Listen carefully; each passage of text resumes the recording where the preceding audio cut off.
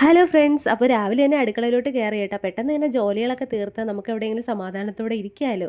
അപ്പോൾ കാലത്ത് കഴിക്കാൻ വേണ്ടിയിട്ട് ദോശയും അതുപോലെ ഒരു മസാലക്കറിയാണ് കേട്ടോ വെച്ചത്. ഉരുളൻകിഴങ്ങും ക്യാരറ്റും അതുപോലെ സവാളയൊക്കെ ഇട്ട് ഇഞ്ചി വെളുത്തുള്ളി പേസ്റ്റും പിന്നെ കുറച്ച് നമ്മൾ ആ മസാലപ്പൊടികളും ഒക്കെ ചേർത്തിട്ട് അത് കുക്കറിലാക്കി അടച്ചു വെച്ച് വേവിച്ചു.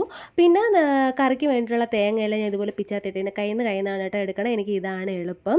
അപ്പോൾ ഞാൻ ഇങ്ങനെ തേങ്ങയെല്ലാം ആക്കിക്കൊണ്ടിരുന്നപ്പോൾ ഇവിടെ ഒരു തേങ്ങ കൊതിയും വന്നിട്ടുണ്ടായിരുന്നു.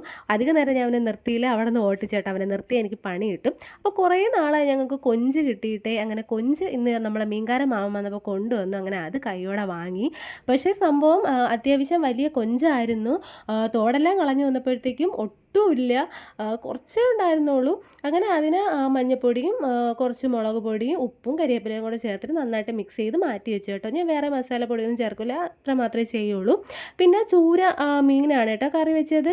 അപ്പോൾ നമ്മൾ മീൻ കറി വെക്കണം തേങ്ങ അരച്ചിട്ടാണ് വെക്കണം. പിന്നെ ഒരു പച്ചമുളകും തക്കാളിക്കും ചേർത്തിട്ടുണ്ടായിരുന്നു. ഒരു പച്ചമുളകേ ചേർത്തുള്ളൂ. നല്ല എരിവുള്ള പച്ചമുളകാണ്. പിന്നെ ക്യാരറ്റ് വെച്ചിട്ട് തോരനും വെച്ചു. കൊഞ്ചൊക്കെ പൊരിച്ച് ഉച്ചയ്ക്ക് നന്നായിട്ട് ഫുഡ് കഴിച്ചു കേട്ടോ.